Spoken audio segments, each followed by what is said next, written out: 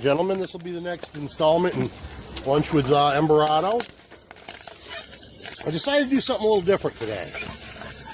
My wife was frying up some hamburgers a couple days ago. So rather than use butter, I saved the beef fat from the frying hamburgers. And this is what I am sauteing my cut up wieners in before we have Spanish rice. So really, this is a rehash. Yes, Spanish rice with wieners. We've done that. This is what's new. We're going to fry the hot dogs first. And as you can see, they're starting to take some color. So, now I didn't bother you with watching me slice hot dogs and melt the fat. I'm sure you all have brain enough to figure that part out for yourself. As I said in another video, I try to treat my viewers as though they have a brain. They can think. I even treat the young children on my school bus this way.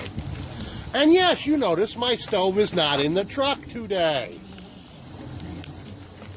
I decided it's too warm. We're going to be above 90 degrees. And so, there sits my truck. And here's lunch on one of them TV tray tables. My camp stove sitting on top of it. Whoopsie.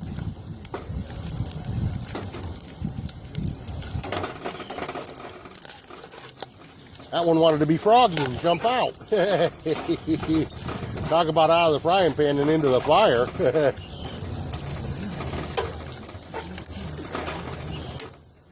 I just thought this might change the flavor a little bit of the rice.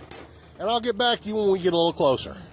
Ladies and gentlemen, I think we've gotten enough color on those hot dogs now to improve the flavor.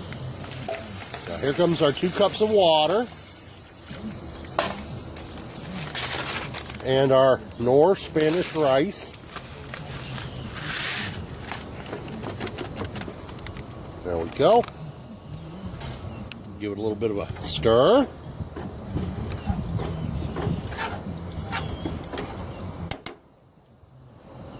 And we'll set this bad boy right back on the burner. Put the spurs to it. Because the directions say, bring to a boil, reduce heat, simmer. There we go. So we'll put spurs to it and bring it to a boil. And we'll get back when it's a little closer.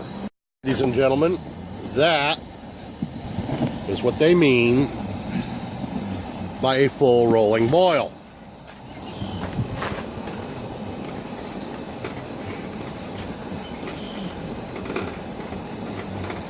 And this is what they mean by stirring the pot. Very funny. Yes, that is a full rolling boil. So now we're going to cut this down.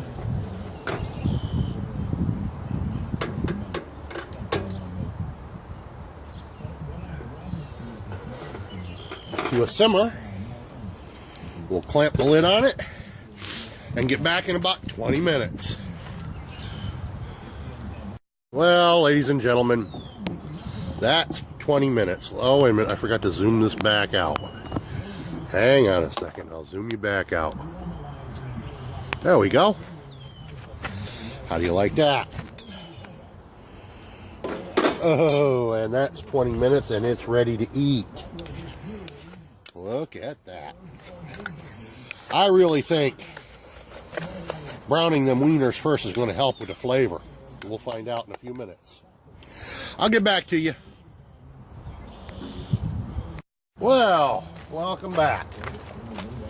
This had about 5 minutes to sit after I took it off the heat.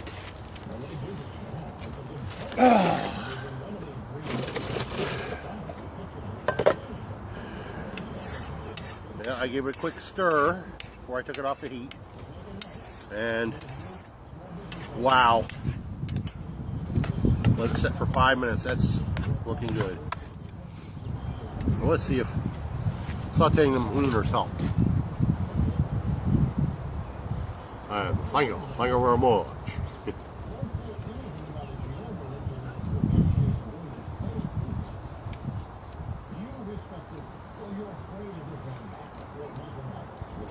Well, could use a little salt, but not bad. So there's an idea for you folks. Give your wieners a good hearty browning before you put them in. And I highly recommend,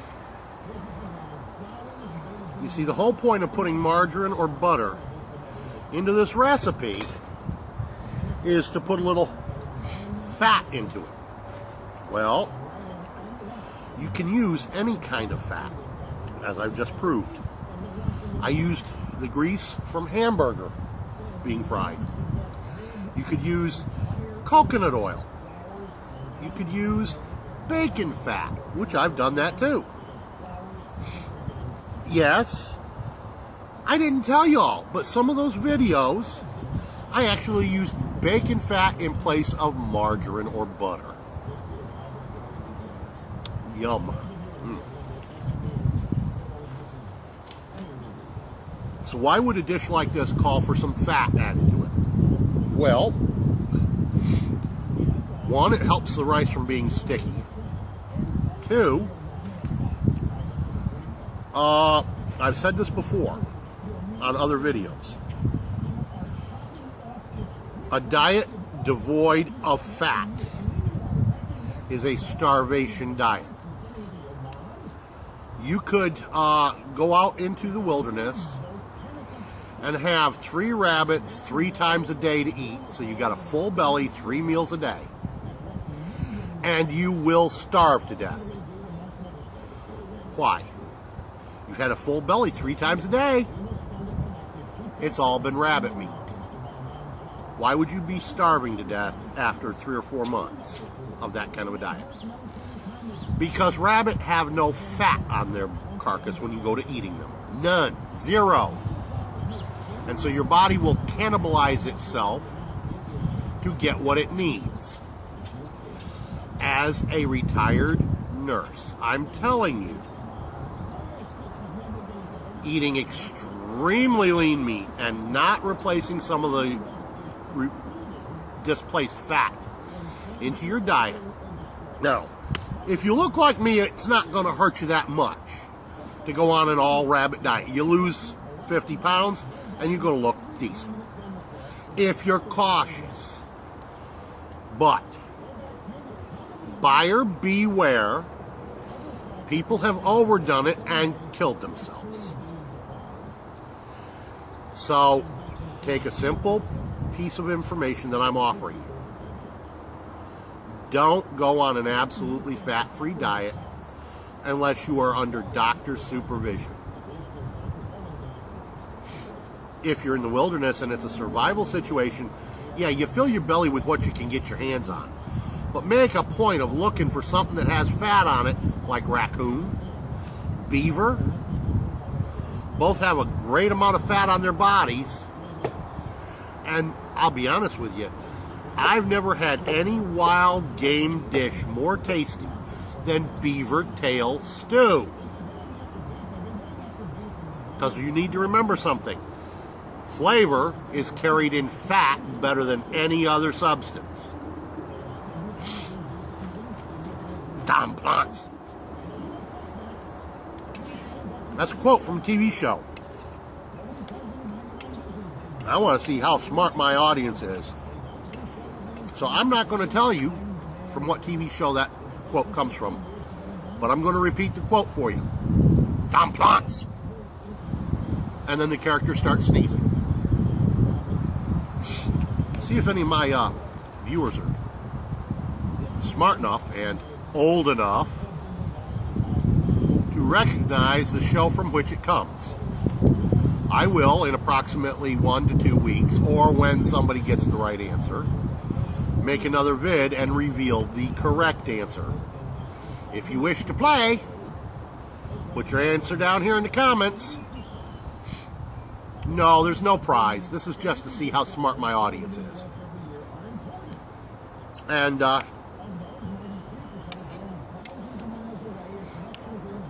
speaking of contests and prizes, I'm still trying to figure out how I'm going to do a giveaway contest of my own. I had thought, from hearing people talk, that monetizing your videos would make you some money. So as soon as I could do that, I did. 2.5 months later, I guess it is now, Google has put into my account with them $1. One. I can't even give somebody a cup of coffee for that. And honestly, ladies and gentlemen, I had hoped that monetization would put a little more coin in my pocket than that, so I might be able to use some of it to increase my kit with as well, so I could buy gear to do reviews of, to help others out that way, and still have enough to do some decent giveaways.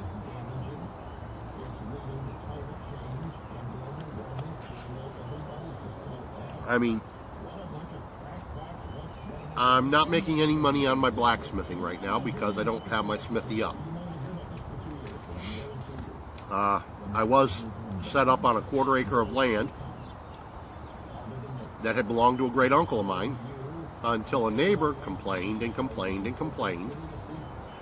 First they sent cops, then they sent the fire marshal. I mean, they were trying everything they could to get me out of there. They just couldn't seem to do anything. Until they hit on a notion and they started making offers for the property. For a 1/4 acre of land, first it was $1,000, then it was $5,000, then it was $10,000. They finally upped it to $25,000, and my uncle couldn't resist anymore. He threw me out of there and sold the land.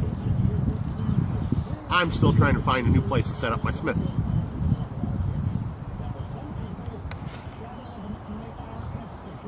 And in this economy, people are simply not fixing computers the way they used to, or having them fixed. So I'm not making anything from there.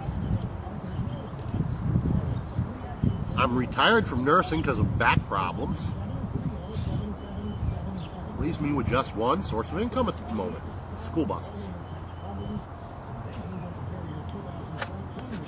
And I'm sure if you know your city, town, county, whatever, school systems, buses, it's not a whole lot of money. So I have to look after the family's eating first, and they're just too much month at the end of the money to be buying gifts for giveaways. So like I said, I'd hoped to do a giveaway at 50. Well, I came and went, not going to happen. And then I was hoping, well, okay, maybe by 100. It's not looking promising, ladies and gentlemen. Not looking promising at all.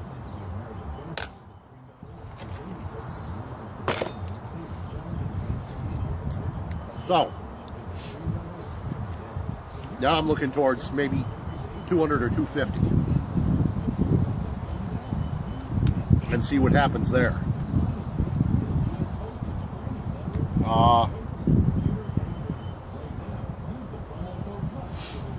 I got no clue. I'm just winging it like most others are at this time in their life. With the economy still is like upside down, and trust me, don't fall for that crap you're getting from the White House. Oh, how the economy's bouncing back. It ain't, not that much. And the unemployment numbers, all they ever report are the G3, not the 6 or 12. All right, that's lunch with Pepper Embarado. Peace out.